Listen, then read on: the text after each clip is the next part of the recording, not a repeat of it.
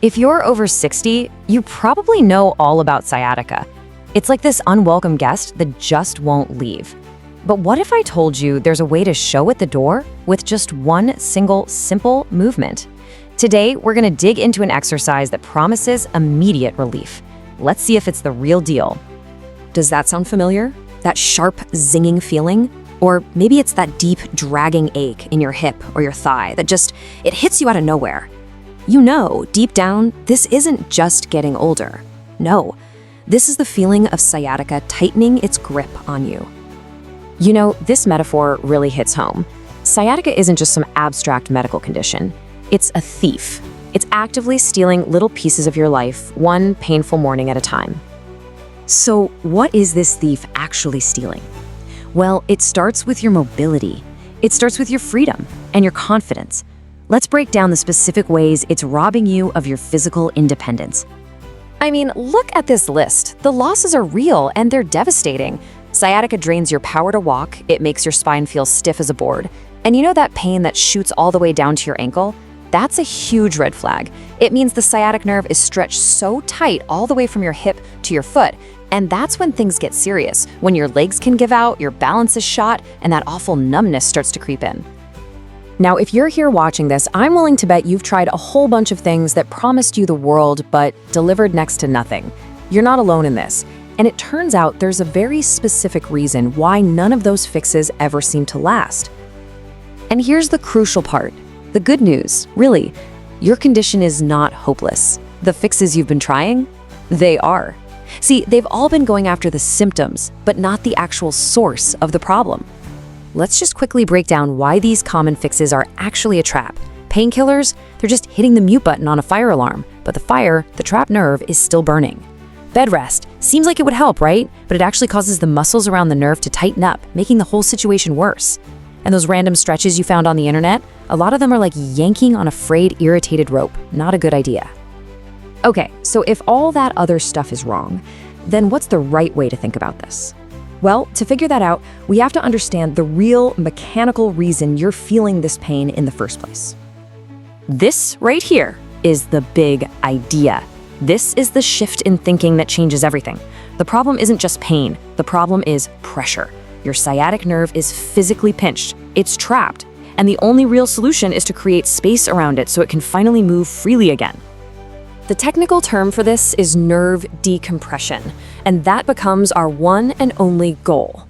We're not trying to mask a pain signal anymore. We are trying to physically create space, to give that nerve room to breathe and to end the irritation right at the source. It's about freeing the nerve, not just silencing it. All right, this is what we've been building up to. A single, simple movement designed to do exactly that, to achieve nerve decompression. It's not fancy, it's not complicated, and hey, you don't even have to get down on the floor to do it. Let's walk through this together, nice and easy. First, sit tall on the very edge of a sturdy chair. Now, extend the leg that's giving you trouble straight out, with your heel on the floor and your toes pointed up to the ceiling. Okay, here's the most important part. Hinge forward slowly from your hips. Keep your back straight, don't round it, just go until you feel a gentle pull. Never push into sharp pain. Hold it right there for 2 slow, deep breaths, and then gently come back up. Do this about 5 or 6 times. It's all about being gentle and controlled. So as you're doing this, what should you feel? You're not looking for pain. What you're looking for is a gentle warmth spreading down your leg, a subtle feeling of pressure easing up. You know what that feeling is? That's the nerve finally being released from that chokehold it's been in. That is nerve decompression happening in real time. Fantastic. You've just created some much-needed space for that nerve. But, and this is a big but, that's only half the battle. If we don't fix the habit that's causing the nerve to get trapped in the first place, I guarantee you the pain will come back. And for so many of us, this is the #1 culprit. That slumped, C-shaped posture we all fall into when we're sitting, in a comfy chair or at a desk. When you sit like that, your pelvis rolls backward, your hip muscles clench up, and you end up squishing the very same nerve you just worked so hard to free.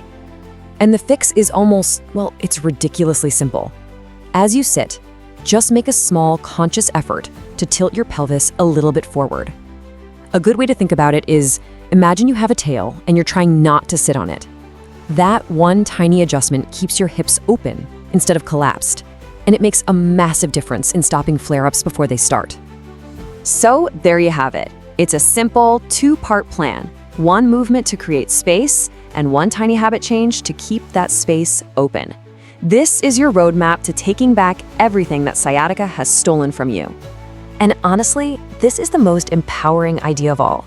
It is so easy to blame our age for every ache and pain, but that just leaves us feeling powerless. The truth is, your age isn't the problem. Your body isn't broken, it just needs the right instructions. By changing your habits, you can absolutely change your outcome. So, your path forward is crystal clear. Number 1, do the nerve glide exercise every day to create that space around the nerve. And number 2, stay mindful of your posture when you sit to maintain that space. That two-part punch is the key to getting real, lasting, drug-free relief. So let me just leave you with this one question to think about. When that constant, nagging, draining pain is finally gone, what comes back into your life? Is it gardening? Is it playing with your grandkids? Maybe it's just getting a good night's sleep without waking up in pain. What part of your life are you going to take back?